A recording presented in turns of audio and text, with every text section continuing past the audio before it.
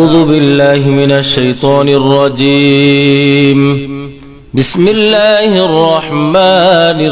الرحيم. تلك الرسل فضلنا بعضهم على بعض منهم من كلم الله ورفع بعضهم درجات وآتينا عيسى ابن مريم البينات وأيدناه بروح القدس ولو شاء الله ما اقتتل الذين من بعدهم من بعد ما جاءتهم البينات ولكن اختلفوا فمنهم من آمن ومنهم من كفر ولو شاء الله ما اقتتلوا ولكن الله يفعل ما يريد.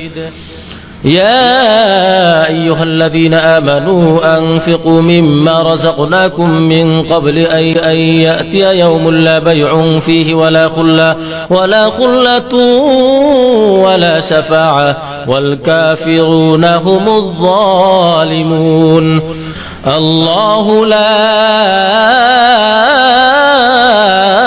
إله إلا هو الحي القيوم لا تأخذه سنة ولا نوم له ما في السماوات وما في الأرض من ذا الذي يشفع عنده إلا بإذنه يعلم ما بين أيديهم وما خلفهم ولا يحيطون بشيء من علمه إلا بما شاء وسع كرسيه السماوات والأرض ولا يؤوده حفظهما وهو العلي العظيم. لا إكراه في الدين قد تبين الرشد من الغي فمن يكفر بالطاغوت ويؤمن بالله فقد استمسك بالعروة الوثقى لا انفصام لها والله سميع عليم. الله ولي الذين آمنوا يخرجهم من الظلمات إلى النور والذين كفروا أولياؤهم الطاغوت يخرجونهم من النور إلى الظلمات أولئك أصحاب النار هم فيها خالدون. ألم تر إلى الذي حاج إبراهيم في ربه أن آتاه الله الملك إذ قال إبراهيم ربي الذي يحيي ويميت قال أنا أحيي وأميت قال إبراهيم فإن الله يأتي بالشمس من المشرق فأت بها من المغرب فبهت الذي كفر والله لا يهدي القوم الظالمين. أو كالذي مر على قرية وهي خاوية على عروشها قال أنى يحيي هذه الله بعد موتها فأماته الله 100 عام ثم بعثه قال كم لبثت قال لبثت يوما أو بعض يوم قال بل لبثت 100 عام فانظر إلى طعامك وشرابك لم يتسنى وانظر إلى حمارك ولنجعلك آية للناس وانظر إلى العظام كيف ننشزها ثم نكسوها لحما فلما تبين له قال أعلم أن الله على كل شيء قدير. وإذ قال إبراهيم رب أرني كيف تحيي الموتى قال أولم تؤمن قال بلى ولكن ليطمئن قلبي قال فخذ 4 من الطير فصرهن إليك ثم اجعل على كل جبل منهن جزءا ثم ادعهن يأتينك سعيا واعلم أن الله عزيز حكيم. مثل الذين ينفقون أموالهم في سبيل الله كمثل حبة أنبتت 7 سنابل في كل سنبلة 100 حبة والله يضاعف لمن يشاء والله واسع عليم. الذين ينفقون أموالهم في سبيل الله ثم لا يتبعون ما أنفقوا منا ولا أذى لهم أجرهم عند ربهم ولا خوف عليهم ولا هم يحزنون قول معروف ومغفرة خير من صدقة يتبعها أذى والله غني حليم يا أيها الذين آمنوا لا تبطلوا صدقاتكم بالمن والأذى كالذي ينفق ماله رئاء الناس ولا يؤمن بالله واليوم الآخر فمثله كمثل صفوان عليه تراب فأصابه وابل فتركه صلدا لا يقدرون على شيء مما كسبوا والله لا يهدي القوم الكافرين ومثل الذين ينفقون أموالهم ابتغاء مرضات الله وتثبيتا من أنفسهم كمثل جنة بربوة أصابها وابل فآتت أكلها ضعفين فإن لم يصبها وابل فطل والله بما تعملون بصير أيود أحدكم أن تكون له جنة من نخيل وأعناب تجري من تحتها الأنهار له فيها من كل الثمرات وأصابه الكبر وله ذرية ضعفاء فأصابها إعصار فيه نار فاحترقت كذلك يبين الله لكم الآيات لعلكم تتفكرون يا أيها الذين آمنوا أنفقوا من طيبات ما كسبتم ومما أخرجنا لكم من الأرض ولا تيمموا الخبيث منه تنفقون ولستم بآخذه إلا أن تغمضوا فيه واعلموا أن الله غني حميد الشيطان يعدكم الفقر ويأمركم بالفحشاء والله يعدكم مغفرة منه وفضلا والله واسع عليم يؤتي الحكمة من يشاء ومن يؤت الحكمة فقد أوتي خيرا كثيرا وما يذكر إلا أولو الألباب وما أنفقتم من نفقة أو نذرتم من نذر فإن الله يعلم وما للظالمين من أنصار إن تبدوا الصدقات فنعما هي وإن تخفوها وتؤتوها الفقراء فهو خير لكم ويكفر عنكم من سيئاتكم والله بما تعملون خبير ليس عليك هداهم ولكن الله يهدي من يشاء وما تنفقوا من خير فلأنفسكم وما تنفقون إلا ابتغاء وجه الله وما تنفقوا من خير يوفى إليكم وأنتم لا تظلمون للفقراء الذين أحصروا في سبيل الله لا يستطيعون ضربا في الأرض يحسبهم الجاهل أغنياء من التعفف تعرفهم بسيماهم لا يسألون الناس إلحافا وما تنفقوا من خير فإن الله به عليم الذين ينفقون أموالهم بالليل والنهار سرا وعلانية فلهم أجرهم عند ربهم ولا خوف عليهم ولا هم يحزنون الذين يأكلون الربا لا يقومون إلا كما يقوم الذي يتخبطه الشيطان من المس ذلك بأنهم قالوا إنما البيع مثل الربا وأحل الله البيع وحرم الربا فمن جاءه موعظة من ربه فانتهى فله ما سلف وأمره إلى الله ومن عاد فأولئك أصحاب النار هم فيها خالدون يمحق الله الربا ويربي الصدقات والله لا يحب كل كفار أثيم. إن الذين آمنوا وعملوا الصالحات وأقاموا الصلاة وآتوا الزكاة لهم أجرهم عند ربهم ولا خوف عليهم ولا هم يحزنون. يا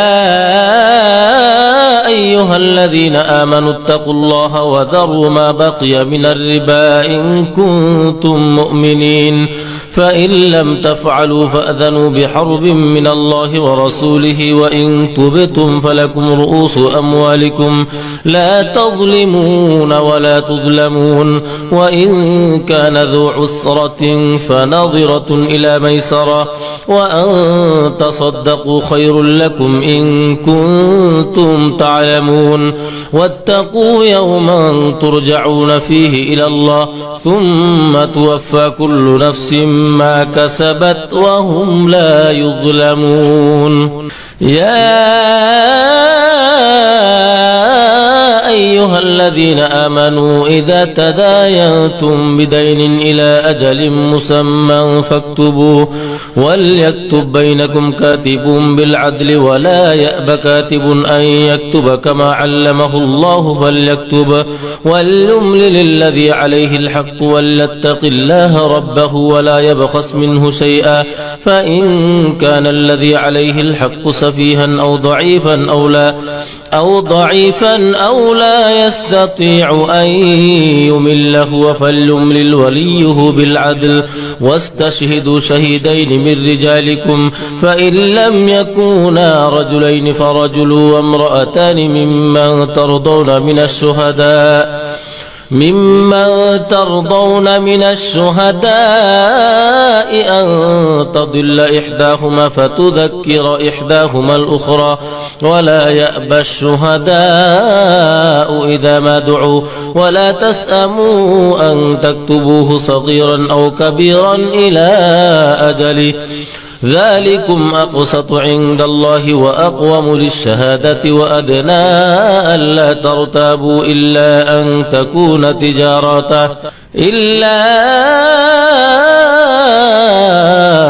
تكون تجارة حاضرة تديرونها بينكم، فليس عليكم جناح ألا تكتبوها، وأشهدوا إذا تبايعتم، ولا يضار كاتب ولا شهيد، وإن تفعلوا فإنه فسوق بكم، واتقوا الله ويعلمكم الله والله بكل شيء عليم. وإن كنتم على سفر ولم تجدوا كاتبا فرهان مقبوضا، فإن أمن بعضكم بعضا فليؤدي الذي اؤتمن أمانته وليتق الله ربه ولا تكتموا الشهادة، ومن يكتمها فإنه آثم قلبه والله بما تعملون عليم. لله ما في السماوات وما في الأرض، وإن تبدوا ما في أنفسكم أو تخفوه يحاسبكم به الله فيغفر لمن يشاء ويعذب من يشاء، والله على كل شيء قدير. آمن الرسول بما أنزل إليه من ربه والمؤمنون كل آمن بالله وملائكته وكتبه ورسله لا نفرق بين أحد من رسله، وقالوا سمعنا وأطعنا غفرانك ربنا وإليك المصير. لا يكلف الله نفسا إلا وسعها، لها ما كسبت وعليها ما اكتسبت، ربنا لا تؤاخذنا إن نسينا أو أخطأنا، ربنا ولا تحمل علينا إصرا كما حملته على الذين من قبلنا، ربنا ولا تحملنا ما لا طاقة لنا به، واعف عنا واغفر لنا وارحمنا، أنت مولانا فانصرنا على القوم الكافرين. بسم الله الرحمن الرحيم. ألف لام ميم الله لا إله إلا هو الحي القيوم نزل عليك الكتاب بالحق مصدقا لما بين يديه وأنزل التوراة والإنجيل من قبل هدى للناس وأنزل الفرقان إن الذين كفروا بآيات الله لهم عذاب شديد والله عزيز ذو انتقام إن الله لا يخفى عليه شيء في الأرض ولا في السماء هو الذي يصوركم في الأرحام كيف يشاء لا إله إلا هو العزيز الحكيم هو الذي أنزل عليك الكتاب منه آيات محكمات هن أم الكتاب وأخر متشابهات فأما الذين في قلوبهم زيغ فيتبعون ما تشابه منه ابتغاء الفتنة وابتغاء تأويله وما يعلم تأويله إلا الله والراسخون في العلم يقولون آمنا به كل من عند ربنا وما يذكر إلا أولو الألباب ربنا لا تزغ قلوبنا بعد إذ هديتنا وهب لنا من لدنك رحمة إنك أنت الوهاب ربنا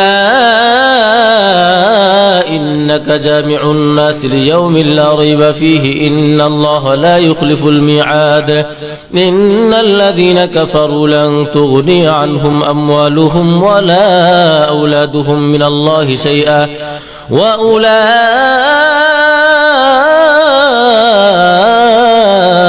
هم وقود النار كدأب آل فرعون والذين من قبلهم كذبوا بآياتنا فأخذهم الله بذنوبهم والله شديد العقاب قل للذين كفروا ستغلبون وتحشرون إلى جهنم وبئس المهاد قد كان لكم آية في فئتين التقتا فئة تقاتل في سبيل الله وأخرى كافرة يرونهم مثليهم رأي العين والله يؤيد بنصره من يشاء إن في ذلك لعبرة لأولي الأبصار زين للناس حب الشهوات من النساء والبنين والقناطير المقنطرة من الذهب والفضة والخيل المسومة والأنعام والحرث ذلك متاع الحياة الدنيا والله عنده حسن المآب قل أنبئكم بخير من ذلكم للذين اتقوا عند ربهم جنات تجري من تحتها الأنهار خالدين فيها وأزواج مطهرة ورضوان من الله والله بصير بالعباد الذين يقولون ربنا إننا آمنا فاغفر لنا ذنوبنا وقنا عذاب النار الصابرين والصادقين والقانتين والمنفقين والمستغفرين بالأسحار شهد الله أنه لا إله إلا هو والملائكة وأولو العلم قائما بالقسط لا إله إلا هو العزيز الحكيم إن الدين عند الله الإسلام وما اختلف الذين أوتوا الكتاب إلا من بعد ما جاءهم العلم بغيا بينهم ومن يكفر بآيات الله فإن الله سريع الحساب فإن حاجوك فقل أسلمت وجهي لله ومن اتبعن وقل للذين أوتوا الكتاب والأميين أسلمتم فإن أسلموا فقد اهتدوا وإن تولوا فإنما عليك البلاغ والله بصير بالعباد إن الذين يكفرون بآيات الله ويقتلون النبيين بغير حق ويقتلون الذين يأمرون بالقسط من الناس فبشرهم بعذاب أليم أولئك الذين حبطت أعمالهم في الدنيا والآخرة وما لهم من ناصرين ألم تر إلى الذين أوتوا نصيبا من الكتاب يدعون إلى كتاب الله ليحكم بينهم ثم يتولى فريق منهم وهم معرضون ذلك بأنهم قالوا لن تمسنا النار إلا أياما معدودات وغرهم في دينهم ما كانوا يفترون فكيف إذا جمعناهم ليوم لا ريب فيه ووفيت كل نفس ما كسبت وهم لا يظلمون قل اللهم مالك الملك تؤتي الملك من تشاء وتنزع الملك ممن تشاء وتعز من تشاء وتذل من تشاء بيدك الخير إنك على كل شيء قدير تولج الليل في النهار وتولج النهار في الليل وتخرج الحي من الميت وتخرج الميت من الحي فليس من الله في شيء إلا أن تتقوا منهم تقاه ويحذركم الله نفسه وإلى الله المصير قل إن تخفوا ما في صدوركم أو تبدوه يعلمه الله ويعلم ما في السماوات وما في الأرض والله على كل شيء قدير يوم تجد كل نفس ما عملت من خير محضرا وما عملت من سوء تود لو أن بينها وبينه أمدا بعيدا ويحذركم الله نفسه والله رؤوف بالعباد قل إن كنتم تحبون الله فاتبعوني يحببكم الله ويغفر لكم ذنوبكم والله غفور رحيم قل أطيعوا الله والرسول فإن تولوا فإن الله لا يحب الكافرين إن الله اصطفى آدم ونوحا وآل إبراهيم وآل عمران على العالمين ذرية بعدها من بعض والله سميع عليم إذ قالت امرأة عمران رب إني نذرت لك ما في بطني محررا فتقبل مني إنك أنت السميع العليم فلما وضعتها قالت رب إني وضعتها أنثى والله أعلم بما وضعت وليس الذكر كالأنثى وإني سميتها مريم وإني أعيذها بك وذريتها من الشيطان الرجيم فتقبلها ربها بقبول حسن وأنبتها نباتا حسنا وكفلها زكريا كلما دخل عليها زكريا المحراب وجد عندها رزقا قال يا مريم أنى لك هذا قالت هو من عند الله إن الله يرزق من يشاء بغير حساب هنالك دعا زكريا ربه قال رب هب لي من لدنك ذرية طيبة إنك سميع الدعاء فنادته الملائكة وهو قائم يصلي في المحراب أن الله يبشرك بيحيى مصدقا بكلمة من الله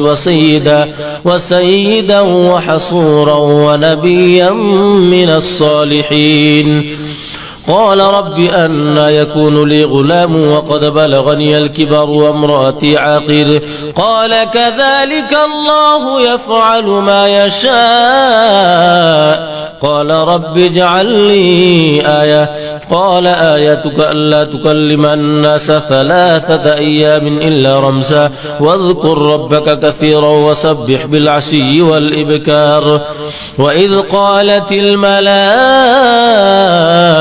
يا مريم إن الله اصطفاك وطهرك واصطفاك على نساء العالمين يا مريم اقنتي لربك واسجدي واركعي مع الراكعين ذلك من أنباء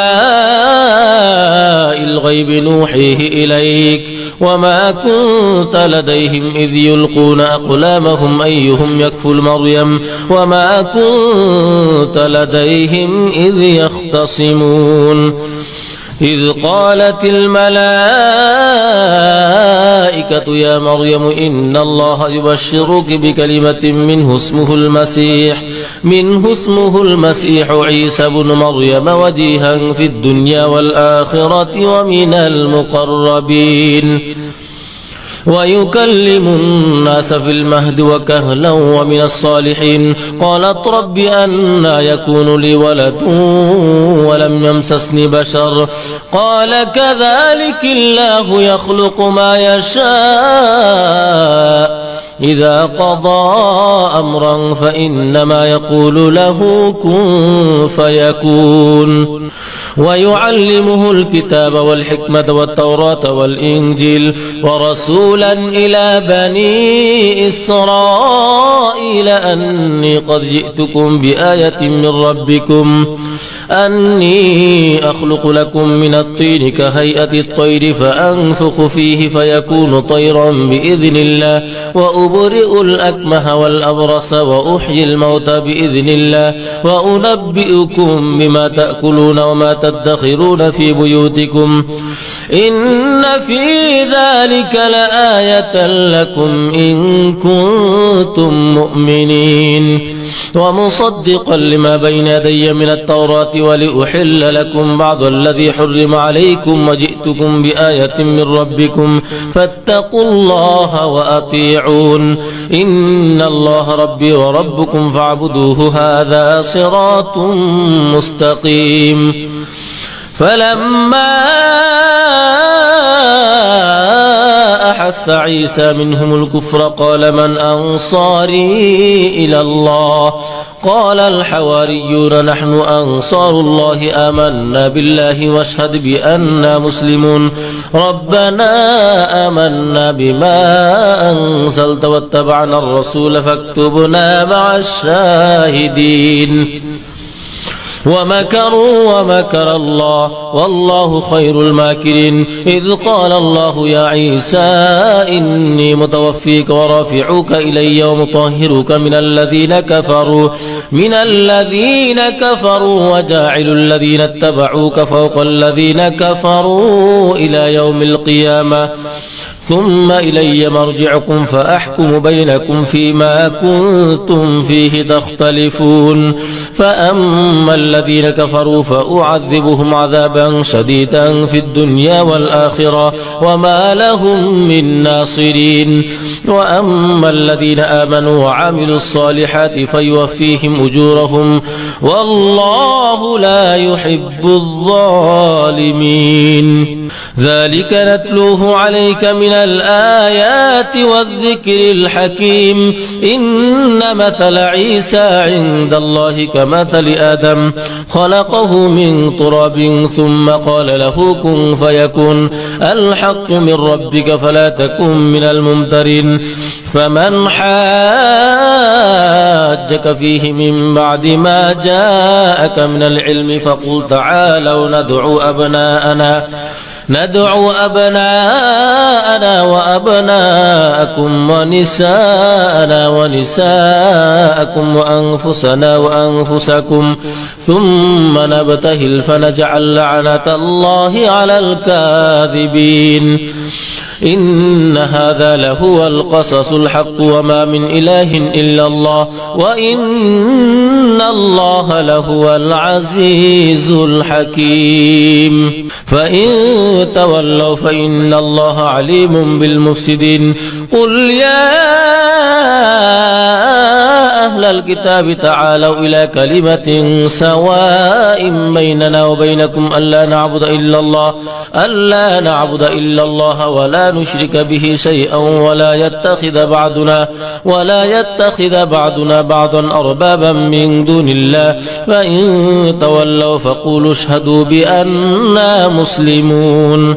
يا أهل الكتاب لم تحاجون في إبراهيم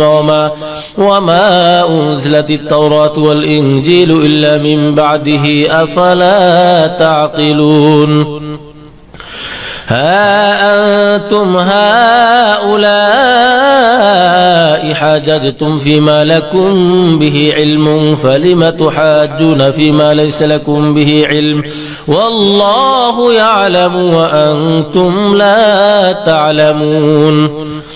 ما كان إبراهيم يهوديا ولا نصرانيا ولكن كان حنيفا مسلما وما كان من المشركين. إن أولى الناس بإبراهيم للذين اتبعوه وهذا النبي والذين آمنوا والله ولي المؤمنين.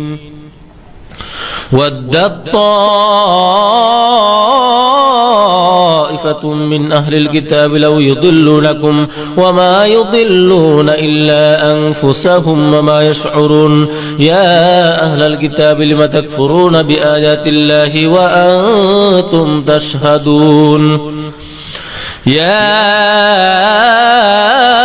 أهل الكتاب لم تلبسون الحق بالباطل وتكتمون الحق وأنتم تعلمون. وقالت طائفة من أهل الكتاب آمنوا بالذي أنزل على الذين آمنوا وجه النهار واكفروا آخره لعلهم يرجعون. ولا تؤمنوا إلا لمن تبع دينكم قل إن الهدى هدى الله أن يؤتى أحد مثل ما أوتيتم أو يحاجوكم عند ربكم أفلا تعقلون. ولا تؤمنوا إلا لمن تبع دينكم قل إن الهدى هدى الله أن يؤتى أحد مثل ما أوتيتم أو يحاجوكم عند ربكم قل إن الفضل بيد الله يؤتيه من يشاء والله واسع عليم. يختص برحمته من يشاء والله ذو الفضل العظيم. ومن أهل الكتاب من إن تأمنه بقنطار يؤده إليك ومنهم من إن تأمنه بدينار لا يؤده إليك إلا ما دمت عليه قائما ذلك بأنهم قالوا ليس علينا في الأميين سبيل ويقولون على الله الكذب وهم يعلمون. بلى من أوفى بعهده واتقى فإن الله يحب المتقين. إن الذين يشترون بعهد الله وأيمانهم ثمنا قليلا أولئك لا خلاق لهم في الآخرة ولا يكلمهم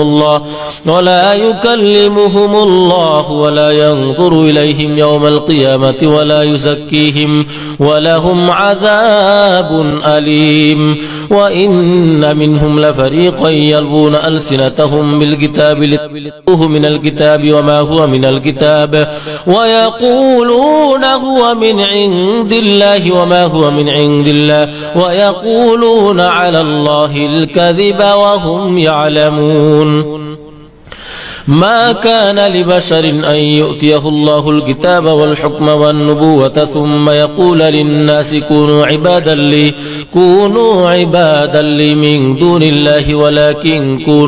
ولكن كونوا ربانيين بما كنتم تعلمون الكتاب وبما كنتم تدرسون. ولا يأمركم أن تتخذوا الملائكة والنبيين أربابا أيأمركم بالكفر بعد إذ أنتم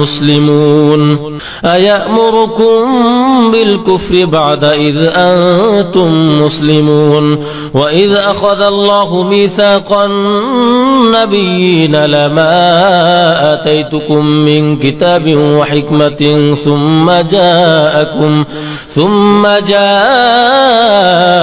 رسول مصدق لما معكم لتؤمنن به ولتنصرنه قال أأقررتم أخذتم على ذلكم إصري قالوا أقررنا قال فاشهدوا وأنا معكم من الشاهدين فمن تولى بعد ذلك فأولئك هم الفاسقون أفغير دين الله يبغون وله أسلم من في السماوات والأرض طوعا وكرها وإليه يرجعون قل آمنا بالله وما أنزل علينا وما أنزل على إبراهيم وإسماعيل وإسحاق ويعقوب